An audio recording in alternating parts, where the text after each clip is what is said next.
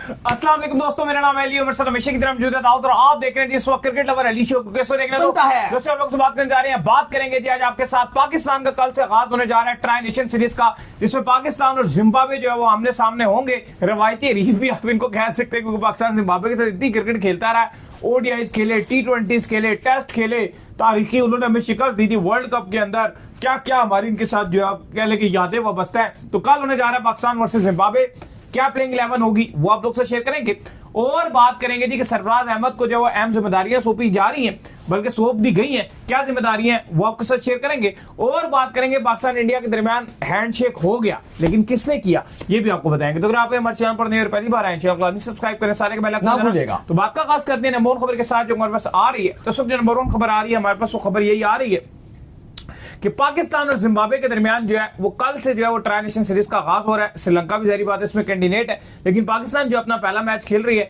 आज pre match press conference करने के लिए जो है वो आगा भी आए हुए थे एज अ कप्तान। उनसे जो है बड़े सवाल पूछे गए, उसके उन्होंने बड़े कॉन्फिडेंटली जो है जवाब भी दिए। तो दाऊद साहब क्या लग रहा है, क्या होने जा रहा है कल, क्या प्लेइंग 11 होगी? देखिए, बिल्कुल सबसे पहले तो सलमान अली आगा आज प्रेस कॉन्फ्रेंस पे है, उस पर भी बात करना बड़ा इंपॉर्टेंट है, क्योंकि काफी सारे उनसे चुटकुले भी लिए गए और उन्होंने उनके भी जवाब दिए।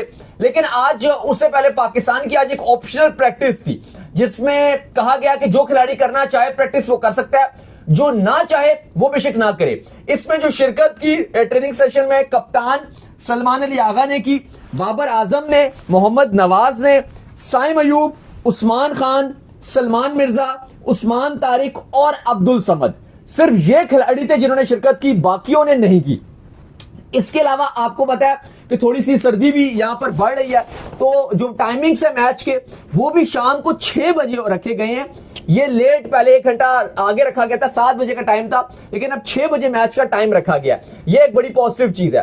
दूसरी तरफ अली साहब सलमान अली आगा आए प्रेस कॉन्फ्रेंस में, तीनों ही कप्तान आए थे बारी बारी।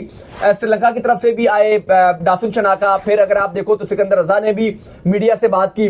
सलमान अली आगा से पूछा गया कॉम्बिनेशन के हवाले से, नए खिलाड़ियों को चांस देने के हवाले से, फिर बाबर आजम के हवाले से भी एक सवाल किया गया कि आपकी जो वाइफ है उन्होंने अपने इंस्टाग्राम पे लगाया था कि वक्त आने पे बाबर आजम और हमारा जो है वो हम बताएंगे। तो वो भी एक बड़ा एक माहौल जो है वो मजाकिया खेज हो गया। उस पर उन्होंने कहा अभी वक्त नहीं आया। जो मेरी वाइफ ने इंस्टाग्राम पे लगाया था कि सलमान और बाबर की बड़ी अच्छी दोस्ती है, और जो कुछ सवाल हमारे बड़े अच्छे दोस्त हैं अफरा फिरोज, उन्होंने ये सवाल बिल्कुल, तो उन्होंने कहा जी वक्त आएगा तब मैं बताऊंगा। बाकी उनसे पूछा गया कि नए लड़कों को चांस देंगे, तो उन्होंने कहा कि बिल्कुल जी, पहली प्रायोरिटी हमारी जीत है, लेकिन हम साथ साथ नए लड़कों को भी चांस देंगे। जो हमारी इत्तलात है वो ये है कि पाकिस्तान ने जिम्बाब्वे और श्रीलंका, क्योंकि 2 ओपोनेंट्स हैं, तो Pakistan different playing 11 different matches में खिलाएगा और डिफरेंट स्ट्रेटजी के साथ जाता जाएगा। जो आपके प्लेयर्स हैं वो रोटेशन पे खेलेंगे, चाहे वो फास्ट बॉलर्स हैं चाहे वो स्पिनर्स हैं। स्पेशली फास्ट बॉलर और स्पिनर्स को तो बिल्कुल रोटेशन पे खिलाया जाएगा। अब्दुल समद, आपके सलमान मिर्जा, इनको भरपूर तरीके से चांस दिया जाएगा। इस बात को जो है वो एंडोर्स भी किया, सलमान अली आगा ने भी बोला कि बिल्कुल जी इनको फुल चांस दिया जाएगा। लेकिन अली साहब अपने उनकी फॉर्म के वाले से भी बात किया गया कि एशिया कप में आपके उतने रन नहीं आ रहे थे, लेकिन बाद में हमने देखा कि ओडीएस में आपकी फॉर्म आई। तो उन्होंने कहा इंटरनेशनल में ऐसा होता है कि जब आप डिफरेंट माइंड ऑफ फ्रेम्स में होते हो तो आपके रन नहीं बन पा रहे होते, लेकिन अभी मैं अच्छे माइंड ऑफ फ्रेम में हूं और मैं उम्मीद करता हूं कि जो मैंने कॉन्फिडेंस ओडीआईस में लिया है वो मैं T20 में भी दिखाऊंगा और मैच विनिंग इनिंग खेलूंगा। उन्होंने बड़ा प्रेस किया जो मोहम्मद नवाज हैं, आपके फहीम अशरफ हैं, कि इस तरह के ऑलराउंडर्स आपको बड़ा आपके लिए बड़ा यूजफुल रहते हैं, जो बैटिंग भी फुली कर सकते हैं और बॉलिंग भी फुली कर सकते हैं। अली साहब, जो इतलात आ रही है पाकिस्तान की प्लेइंग 11 के हवाले से, वो सबसे पहले तो ये है कि आपने प्लेइंग 11 में आपने अपने स्क्वाड में 3 ओपनर रख लिए हैं। एक है आपके फखर जमान, एक है आपके साइम अयूब और एक है आपके साजिदा फरहान। बिल्कुल ऐसा ही है। अब वैसे तो आप ये कहते हो कि इन तीनों को हमें खिलाना बड़ा जरूरी है, क्योंकि ये तीनों और जाहिर है तीनों T20 में आप तीनों में से किसी को भी 2 को आप ओपन करा सकते हो। लेकिन अब बात यह कि अगर आप इन तीनों में से किसी एक को नीचे करते हो तो फरहान को तो आप करोगे नहीं, साइम को भी हमने देख लिया अगर आपने नीचे किया तो बिल्कुल यूटिलिटी प्रोवाइड नहीं करते। हाँ, फरहान और फखर की जोड़ी ने बहुत अच्छा किया एशिया कप में अगेंस्ट इंडिया, भी बड़ा अच्छा किया, लेकिन हमें पता है कि फखर नीचे फिर भी खेल लेते हैं। तो ऐसा लग रहा है कि अगर फखर को खिलाया जाता है तो उनको नीचे किया जाएगा। उस सूरत में साइम और आपके फरहान ओपन करेंगे। नहीं, ऐसा साफ लग रहा है कि देखो साइम और साहिबजादा फरहान को आप ओपनिंग कराना चाह रहे हैं, और वैसे तो जो फखर और साहिबजादा फरहान है उनकी ओपनिंग बहुत अच्छी थी, लेकिन जाहिर बात है आप ये चाह रहे हैं कि यार किसी तरीके से फखर को जाहिर बात अब T20 में जस्ट करते ही रहते हैं, कहीं ना कहीं उसको बली का बकरा बनाए रखते हैं, और वन डाउन पे ऑटोमेटिक सी बात है बाबर आजम ही है। लेकिन मेरी अली साहब सोच इस पर, मेरा ओपिनियन इस पर बड़ा सिंपल सा, और वो ये है कि आपके जो 3 नाम मैंने भी ओपनर्स आपके बताए हैं, आप 2 खिलाओ, अगर आप रोटेशन चला रहे हो आप एक को बेंच करो। ये मुझे नहीं समझ आता कि आप कहते हो जी कि कोई नहीं जी 4 पे खिला लो जी, 5 पे खिला लो जी, 6 पे खिला लो जी, उससे आपकी बैटिंग कॉम्प्रोमाइज होती है। आप इस तरह से कर सकते हो कि आप अगर देख लो यार, अगर आप साइम को भी रेस्ट कराना चाहो कोई बड़ी बात नहीं, आप कोई मसला नहीं करा सकते हो किसी एक मैच में आप साइम से साहिबजादा फरहान से किसी में अगर आपको कराना फरहान को आराम करा दो, लेकिन आप रोटेशन पे इन 3 में से 2 को खिलाओ। इवन यार आप बाबर आजम को भी रेस्ट करा सकते हो, कोई बड़ी बात नहीं। अगर आप ये सोचो ना कि यार नहीं जी बाबर को हर मैच ही खिलाना है, ये भी गलत है। हाँ, लेकिन इन 3 में से अगर आपको ओपनिंग करानी है तो आप 2 को ही खिलाओगे, क्योंकि देखो इवन 1 डाउन भी समझ आता है, 1 डाउन भी चलो जो है इन दोनों में से कोई भी आ जाए समझ, लेकिन 2 डाउन नहीं इतना समझ आता नहीं आता। लेकिन क्योंकि बाबर आपके नंबर 3 पे है, तो फिलहाल अभी अगर आपने ओपनिंग में खिलाना है आप इनमें से 2 खिलाओ। मैं तो कहूंगा भाई आप 2 खिलाओ, कोई भी खिला लो, वो मुझे इशू नहीं है। आप चाहे साइम और फखर को खिलाओ, चाहे आप साइम और फरहान को खिलाओ, चाहे आप फखर और फरहान को खिलाओ, वो आपकी मर्जी है, लेकिन इनमें से 2 को खिलाओ। तीनों को एडजस्ट करने के चक्कर में आपका सारा वो आपने पहले बड़ा गंद मचाया। हसन नवाज को भी आपने ओपनर था, उसको एडजस्ट करते करते उसके साथ भी ज्यादती होगी, इससे बेहतर था कि आप उसको बेंच ही रखते। प्लस जो आपके रियल मिडिल ऑर्डर बैट्समैन है उनकी जगह बनती है, जैसे अब्दुल समद है उसकी जगह बनती है, वो जो एक नंबर है ना जहां पर आपने हसन नवाज को इरफान खान नियाजी उसको खिलाओ आप। जहां पर आपने जो आपको पता है कि आपने इरफान खान नियाजी तो उधर खेल रहे हैं, एक जनरल बात बिल्कुल बिल्कुल, तो हसन नवाज को आपने जो रिलीज कर दिया, अब उस नंबर के ऊपर अभी तक आपके पास कोई भी हार्ड हिटर बैट्समैन उस तरह से अपनी सेटिंग नहीं बिठा सकता। बिल्कुल ऐसा ही है, वो आपको चाहिए एक नंबर। अब जैसे अभी हम आगे मां सदाकत की बात करें, अगर वो आता है पाकिस्तान टीम में, वो किसी भी नंबर पे खेल लेता है।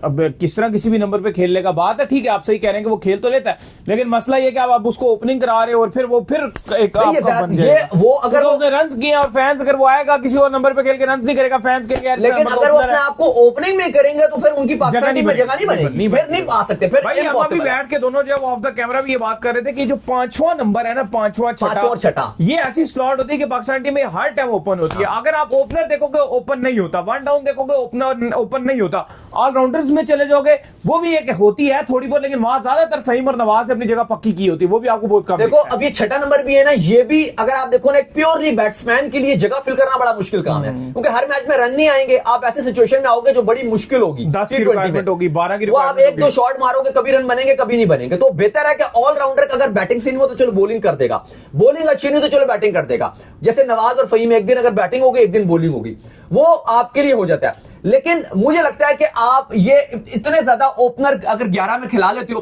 अब आप उस्मान खान है, अब आप उस्मान खान को देखो, आप उनको अगर 11 में खिलाते हो, अभी तो ये भी सवाल है ना कि अगर आप पहली चॉइस में फरहान से कीपिंग नहीं कराते, उस्मान खान को खिलाते हो, तो अगर आप इमेजिन करो कि आप ये तीनों को खिला रहे हो, चलो मैंने मान लिया कि फरहान और साइम ओपनर, 3 आपके आगे बाबर आजम, 4 पे आगे फखर जमान, 5 पे आगे आगा, अब 6ठे पे आगे उस्मान खान, 6ठे पे आगे उस्मान खान, अब 7वें में तो आएंगे नवाज। बिल्कुल। तो आपने अब्दुल समद की तो जगह ही नहीं बनाई, लेकिन ये कोई बैटिंग इतनी अच्छी आपकी मालूम नहीं हो रही। हमें भी पता है कि उस्मान खान उस नंबर पे आके 6ठे नंबर पे आके अगर वो खेल रहे हैं तो वो क्या कर रहे होंगे, आगा अगर नंबर 5 पे आ रहे हैं तो उनका भी क्या रोल है।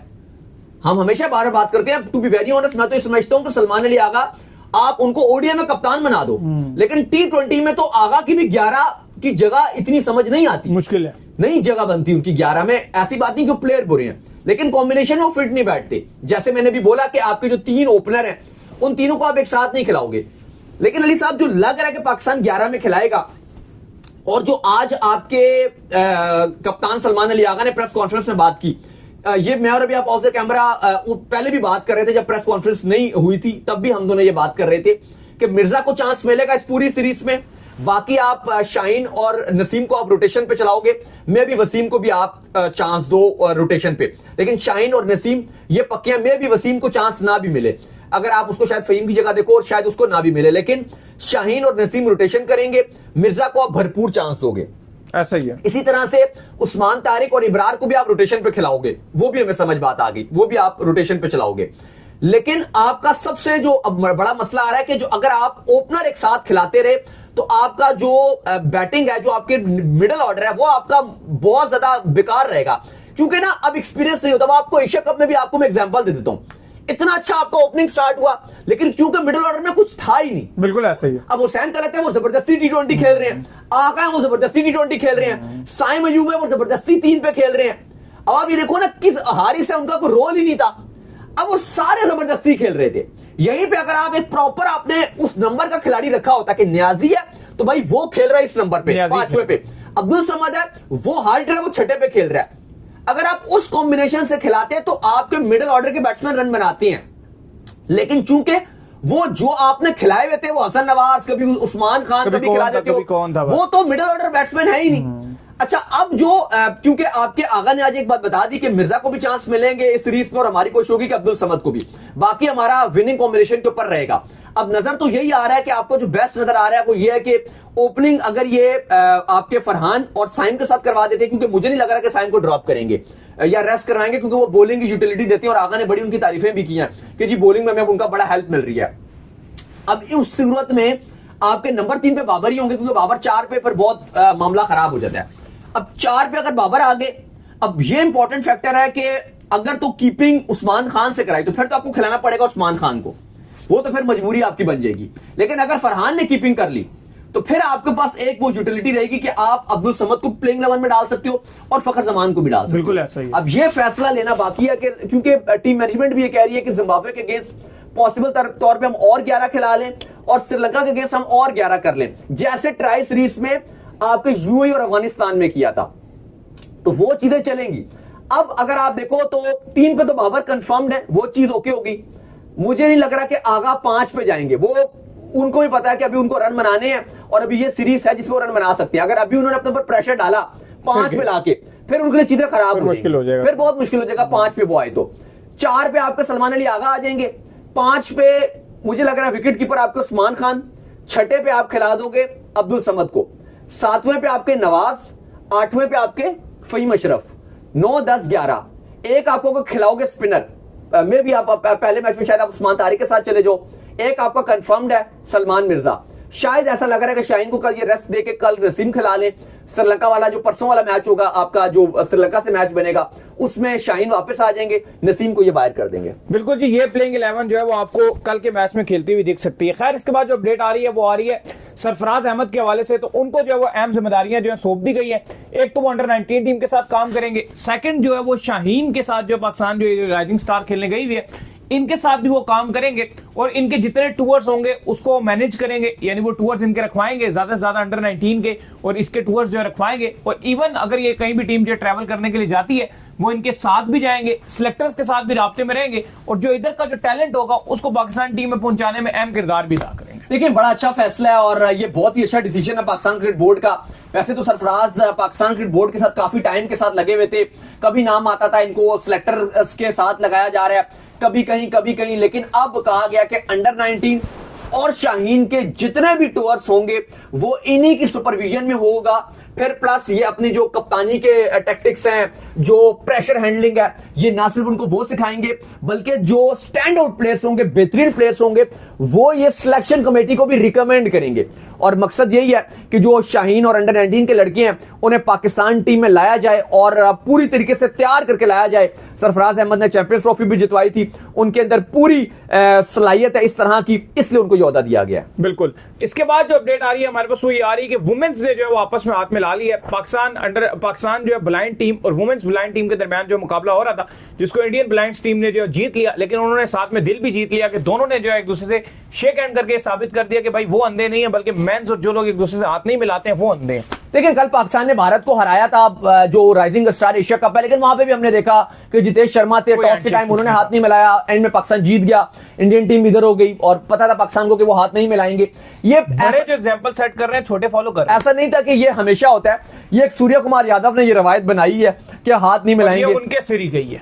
बिल्कुल, ये उन्होंने जब तक हाथ नहीं मिलेगा वो पहले ऐसे कैप्टन होंगे जो पॉलिटिक्स को बीच में लाए। बिल्कुल, ये उन्होंने ये ड्रामाबाजी शुरू की थी और गौतम गंभीर उनके साथ थे। फिलहाल तो इंडिया में बहुत गालियां पड़ रही हैं गौतम गंभीर को, क्योंकि जो साउथ अफ्रीका से वो हारे हैं, टिम्मा बुमा बोना काम डाल गया है और पिचेस बहुत रैंक टर्नर बनाए और इंडिया उसमें खुद ही फंस गया। तो बहुत ज्यादा क्रिटिसाइज हो रहा है कि इतने रैंक टर्नर जिस पे आप खुद भी नहीं खेल पा रहे, उस तरह के पिचेस बनाने की जरूरत क्या थी। गौतम गंभीर को यह कहा जा रहा है कि उन्होंने कहा कि 4 दिन तक पिच में पानी नहीं डाला जाएगा, और वो मट्टी बन गई, खड्डे बन गए।